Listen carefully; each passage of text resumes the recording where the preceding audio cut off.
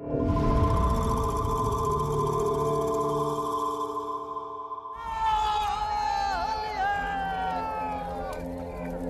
सम्मत मैया।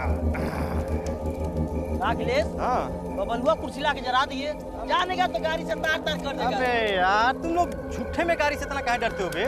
हाँ? होलिका दहन में तो बड़ा बड़ा चौकी ला के लोग डाल देते हैं, तो मामूली कुर्सी है। अरे आज भाभी सुबह गुड्डू को लेकर अपना मायके चली गई है। अच्छा। तब वही तो भैया तो खुल के होली खेल रहे हैं।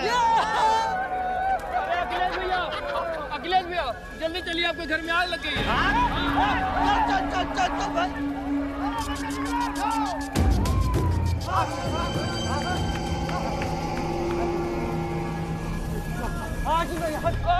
अरे भैया देखिए कैसे आग लग गया। अरे खोल रहे हैं यार, रुको। अरे आग लग गया। अरे पता नहीं कैसे आग लग गया भैया, जल्दी भी हो गई।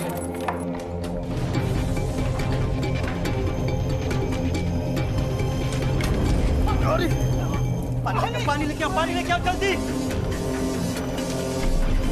जल्दी पानी लेके आओ, पानी लेके आओ। जल्दी जल्दी जल्दी जल्दी जल्दी जल्दी पानी पानी। अरे भैया कुछ जल रहा है, तो कंबल लेके आओ, कंबल लेके आओ, कंबल लेके आओ, कंबल लेके आओ जल्दी।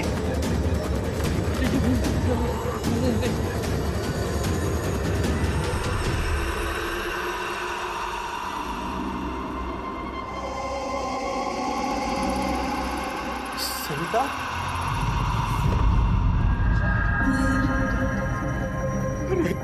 ये तो अपने माँ के सिधौनी रामपुर गई थी। हे भगवान, क्या हो रहा है भगवान? गुड्डू, गुड्डू कहाँ है? गुड्डू कहाँ है? गुड्डू, गुड्डू, गुड्डू कहाँ है? गुड्डू, हेलो पुलिस थाना।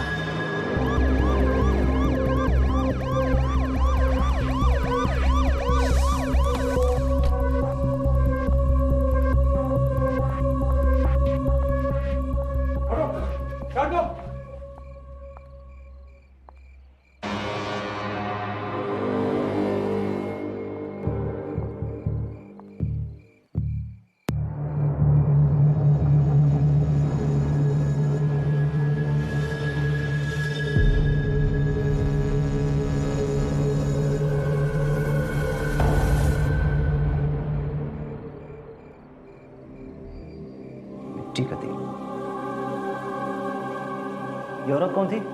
अखिलेश भैया की पत्नी थी साहब। क्या हुआ था तुम दोनों के बीच जो इसने अपने आप को आग लगा दी? नहीं सर, कुछ नहीं हुआ था। सविता ऐसा काहे करेगी सर? हमारा 1 साल का बच्चा भी है, और ये तो अपने मायके सिधौरी रामपुरा गई थी सर। सविता रुको, सविता, सविता मेरी बात तो सुनो। सविता सविता सुन तो लो। भाभी तो सुबह ये गुड्डू को लेके मायके चली गई थी। अकेले क्यों गई थी? तुम काहे नहीं गए? कुछ नहीं सर, हम लोग के बीच बस थोड़ा सा अनबन हुआ, गुस्सा होकर चली गई। अगर ये सिधौनी रामपुर गई थी तो यहाँ कैसे आई? सर मुझे भी नहीं मालूम ये यहाँ कैसे आई। ये तो सर सुबह ही अपने मायके सिधौनी रामपुर चली गई थी। और सर हमारा बच्चा गुड्डू सर कहाँ गायब हो गया वो? कहीं कुछ मालूम नहीं है सर। सुबह से लेकर अब तक आप कहाँ थे? सर मैं यहीं पास में काम करता हूँ। सुबह 11 बजे गया और शाम को 6 बजे आया, तो सर ये यहाँ नहीं थी। उसके बाद सर मैं होलिका दहन के लिए बाहर चला गया।